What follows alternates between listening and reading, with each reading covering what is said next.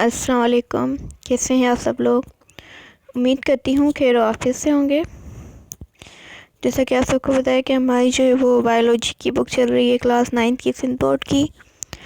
तो उसमें जो है हमने ब्रांचेस कवर कर ली थी। उसके बाद हम आए थे relationship of biology with other sciences topic पे। ठीक है, इसमें हमने जो है वो दो साइंसेस क्लियर कर ली थी, बायोफिज़िक्स और बायोमेट्री।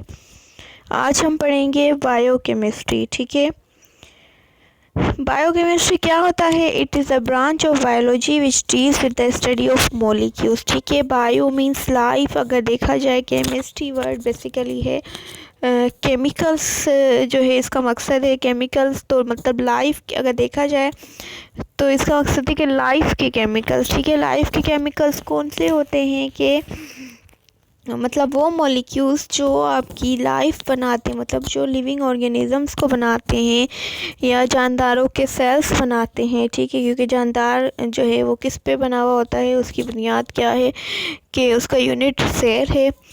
तो बेसिकली जो जानदारों का सेल बना हुआ होता है वो मॉलिक्यूल से ही बना हुआ होता है। ठीक है, जैसे सेल के अंदर ऑर्गेनेल्स होते हैं और वो ऑर्गेनेल्स जो है वो किसके बने हुए होते हैं? मॉलिक्यूल्स की। जैसे आपने जो है वो सेल मेम्ब्रेन का सुना होगा कि सेल मेम्ब्रेन किसकी बनी हुई है? लिपोप्रोटीन की और जो है ग्लाइकोप्रोटीन की। ठीक है, ये जो मॉलिक्यूल्स आपके होते हैं हीमोग्लोबिन वगैरह, ये सब चीज़ें, कैल्शियम, ये सारे जो हैं वो क्या हैं? केमिकल्स हैं, लेकिन मतलब मॉलिक्यूल्स हैं, लेकिन जो है क्या है, आपकी बॉडी को इनकी हद से ज़्यादा क्या है, नीड है। इसके बगैर आपके सेल नहीं बन सकते। तो बेसिकली बायोकेमिस्ट्री में हम इन्हीं मॉलिक्यूल्स की स्टडी करते हैं जो कि लिविंग ऑर्गेनिजम्स को बनाते हैं। ठीक है, which deals with the study of molecules which form living organisms और सेल। ठीक है, या तो सेल बनाए या कंप्लीट जानदार, मतलब जानदार सेल का ही बना हुआ होता है। And requires authentic knowledge about biology and chemistry to explain the synthesis of biomolecules. ठीक है, इसमें हम क्या पढ़ेंगे कि मतलब कंप्लीट स्टडी करेंगे बायोमोलिक्यूल्स के बारे में कि कैसे वो बने हुए हैं और उनकी सिंथेसिस कैसे हुई है और वो लाइफ में क्या काम कर रहे हैं। ठीक है, and functions of different molecules in the body of an organism, और उन बायोमोलिक्यूल्स का लिविंग ऑर्गेनिज्म के अंदर आकर क्या फंक्शन है। ठीक है, किस तरीके के वो बने हुए होते हैं।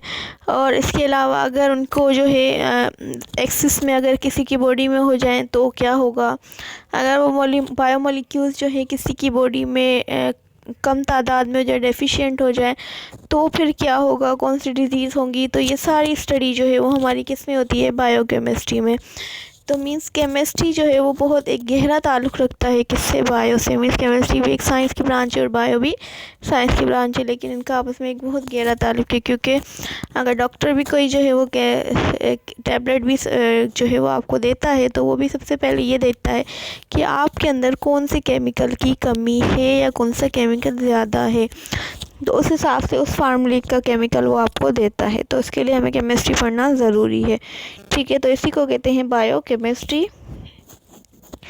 आगे चलते हैं बायोजियोग्राफी। ठीक है, बायोजियोग्राफी क्या है कि it deals with the distribution of different living organism in different geographical regions of the world. ठीक है, इसमें हम पढ़ेंगे डिस्ट्रीब्यूशन, पढ़ेंगे कि लिविंग ऑर्गेनिज्म कहाँ कहाँ मौजूद है, मतलब ज़मीन के किस किस खित्ते में, दुनिया में ज़मीन के किस किस खित्ते में जो है वो जानदारों की डिस्ट्रीब्यूशन है, उसके बारे में पढ़ेंगे। मीन्स जियोग्राफी मीन्स अर्थ की स्टडी, बायो मीन्स लाइफ, मतलब अर्थ पे कहाँ कहाँ जो है वो लाइफ है, उसके बारे में हम किस में पढ़ते हैं? बायोजियोग्राफी में। Many living organisms are restricted to particular geographical regions due to environmental condition। ठीक है, मतलब हर किसी का एक पर्टिकुलर जियोग्राफिकल रीजन होता है जैसे अपने कंडीशन की वजह से। ठीक है, क्यों? क्योंकि देखिए किसी को वाटर की ज़रूरत होती है तो वो वाटर पे रहते हैं। ठीक है, कि कुछ फ्रेश वाटर में, कुछ मेरीन वाटर में, कुछ बिल्कुल जो है वो अर्थ पर, और कुछ बिल्कुल ही डेजर्ट एरियाज़ पे।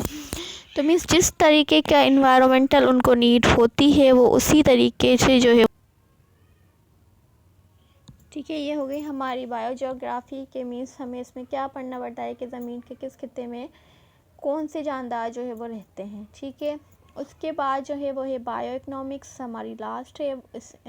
इसमें जो है क्या है? बायो और इकनॉमिक्स। ठीक है, इकनॉमिक्स एक अलग सब्जेक्ट है अब इकोनॉमिक्स में हम वैसे पढ़ते क्या हैं, जो है वो जो है मुल्क के माशियात के बारे में, जो है मुल्क को किस किन चीज़ों से जो है वो इम्पोर्ट है, कौन सी एक्सपोर्ट है, कौन सी चीज़ों से मुल्क को फ़ायदा हो रहा है, मीन्स सोर्स ऑफ इनकम मुल्क के कौन से हैं। ठीक है, तो अब यहाँ पे हम क्या पढ़ेंगे, this deals with the economically important organisms involve in production. ठीक है, इसमें हम जो है इकोनॉमिकली मतलब जो हमारे मुल्क को फ़ायदा दें, ठीक है, वो कौन से जो है वो मतलब जो जिससे हमें कुछ इनकम मिले, वो कौन से अहम ऑर्गेनिज़म हैं, उनकी प्रोडक्शन की जाती है इसके अंदर। ठीक है, उसके अलावा फॉर एग्ज़ाम्पल जैसे कि मीट प्रोडक्शन है, ठीक है, are calculated for cost value and profit value. ठीक है, ये मीट प्रोडक्शन और जो भी मतलब मीट से, इसके अलावा जो बकरियों से या गाय वगैरह से, ठीक है, इनकी खालें वगैरह, ये सारे जो है वो इकोनॉमिकली इम्पोर्टेंट चीज़ें हैं जो कि बेच कर जो है वो अच्छे खासे पैसे जो है वो कमाए जाते हैं, जिससे जो है वो इनकम सोर्स ऑफ इनकम जो है वो बढ़ती है, जिससे प्रॉफिट वैल्यू और कॉस्ट वैल्यू जो है वो जो काउंट किया जाता है। ठीक है, तो इसमें हम बायोइकोनॉमिक्स में जो है वो मतलब वही चीज़ें पढ़ेंगे जो ऐसी जानदार पढ़ेंगे जो इकोनॉमिकली हमारे लिए अहम है, जिससे जो है हमारी सोर्स ऑफ इनकम बढ़ रही है और हमें फ़ायदा हो रहा है। ठीक है, इसमें सब जो है वो मुर्गियों के फार्म आ जाते हैं, इसके अलावा जो है ये इसकी खालें आ जाती हैं, खालों से क्योंकि चमड़े बनते हैं। ठीक है, तो ये सारे वो जानदार इसमें आ जाते हैं जो इकोनॉमिकली हमारे लिए अहम हैं। ठीक है, तो ये यहाँ पर हमारी relationship of biology with other sciences ख़त्म हुआ। उम्मीद करती हूँ आपको समझ में आया होगा। अब तक के लिए इतना ही। अल्लाह हाफिज़।